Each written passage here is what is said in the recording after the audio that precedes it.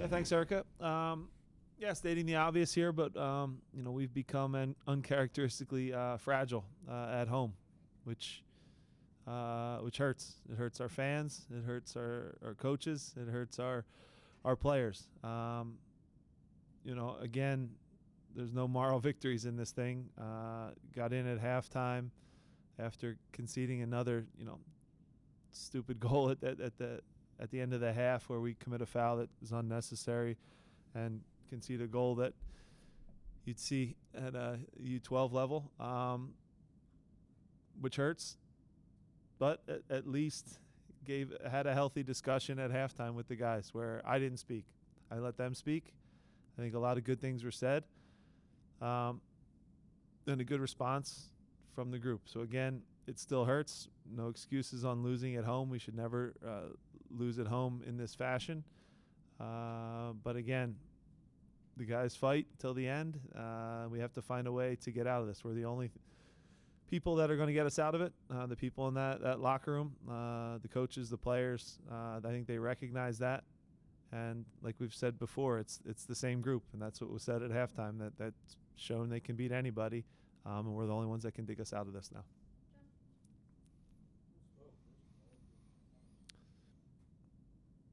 Surprisingly, Julian spoke the most, which was great. And I was really impressed by what he had to say because it was all actually right, accurate, the truth, and it was long. So good to see from a young striker, a kid that plays with passion, that wants to win everything, wants to win every tackle. So proud of him for speaking in the way he did, and that helps. Having said that, again, we lost, so everyone in there is still pissed. The margins are tight, guys. You've heard me talk about this for years. Our margins are razor thin, and right now we have to find a way to fight through things. We are in every game, that is for sure, to the very final offsides call or the goal gets called back. But this group continues to fight. It hurts right now, but like I said, the only people that will get us out of it will be us. Down the stretch, you make 3 substitutions. Yeah. Leave both forwards in. They're obviously your best 2 forwards. Yeah. You knew we were going to ask you this one. At a certain point, over a long period of time, when the substitutions are what they are, we on this side of the ledger might worry if maybe you don't trust some of your attacking substitutes enough to put them out there in a big moment like that. What's your thoughts? Yeah, look, the subs at the end, I know when they happen, people see them as defensive, but we asked Olivier to go almost as like a right winger. Didn't really get as forward as we had hoped. Jose as well, told him to take some risk in there and join the attack for cutbacks. At that point, John, we were thinking Mikel was having a good game. Julian was having a good game. Danny was, I thought having a decent game. Balls weren't bouncing to him in the box, but so we went with those 3 attackers staying on the field. Could we have, thrown another striker in and taken out off a defender? For sure, maybe. But I thought our structure was good. We were getting chances and just didn't finish. The front of the 1, 2, 3.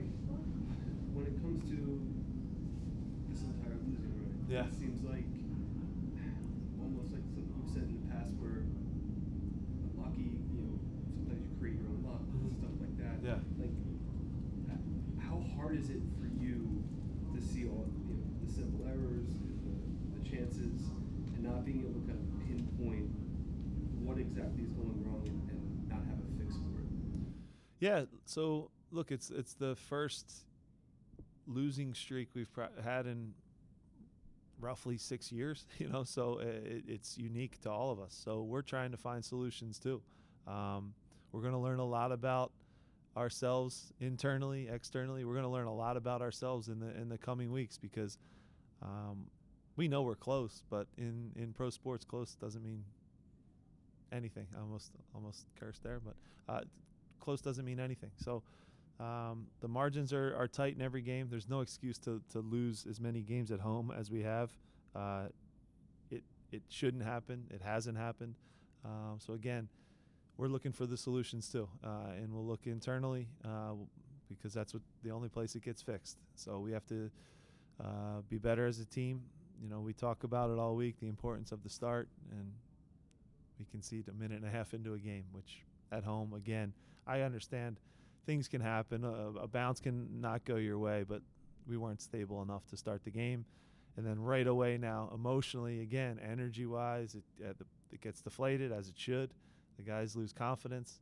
And we have a lot of good players that are playing good right now too, which is crazy, in a really tough stretch. If you go through the names, you guys can do the exercise. There's a lot of guys that are having decent seasons and again played good tonight, but they trade all that for an ugly win, and we have to find that now, Joe.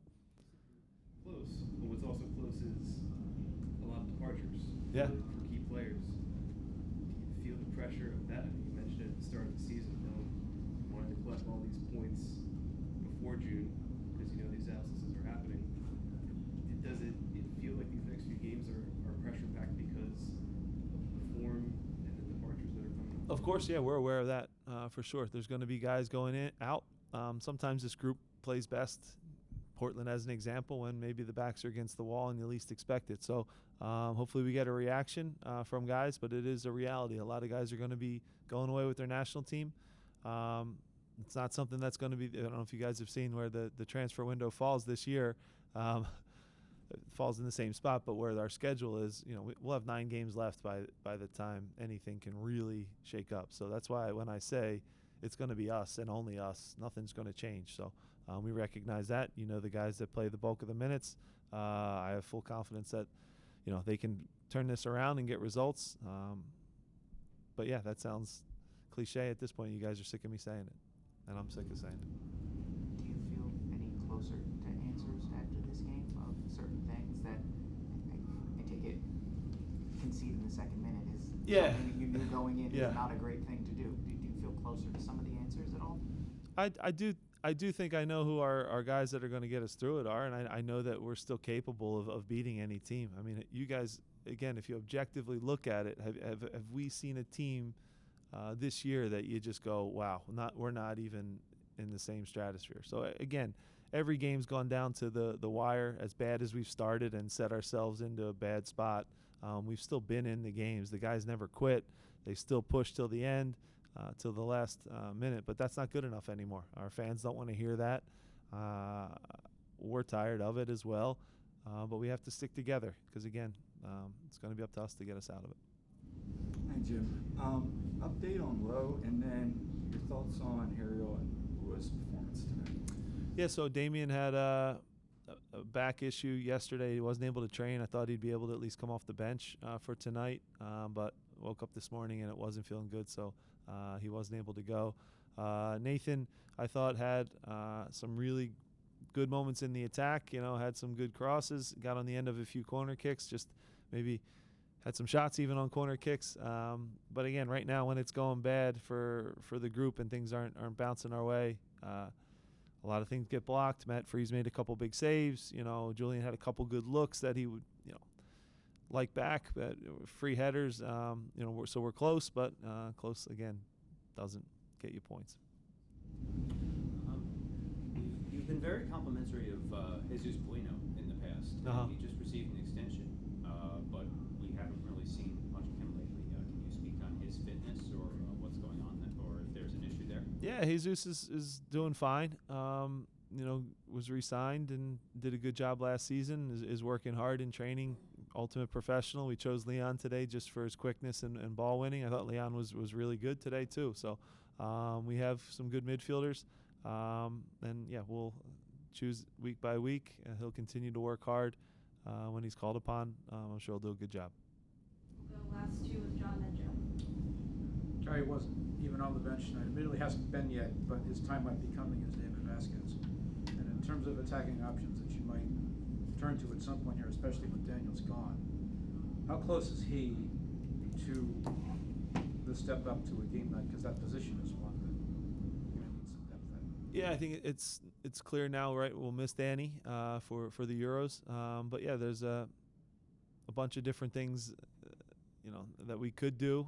You could tweak a formation, but David is a natural, number 10.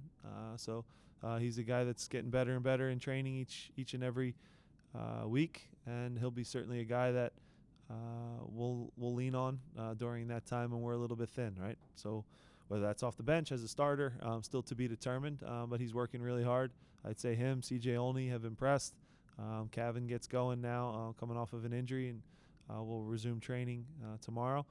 So again, it's an important young group of players that are going to be called upon during a stretch where we're missing some guys. Worth a bench spot for him before Daniel leaves, just to get him in the rhythm. Sure, yeah, and that is a fluid thing where we can kind of tweak and change each week, but certainly we'll have him on the bench sooner rather than later. Second goal, it's careless foul. Yeah. It looks like it stemmed from frustration where I think Kai thought he got hit in the face Earlier, or yeah. something a minute before. Yeah. You have that, and you also have questionable decision making. Oliver. Yeah. Made a mistake. On judging that. Yeah.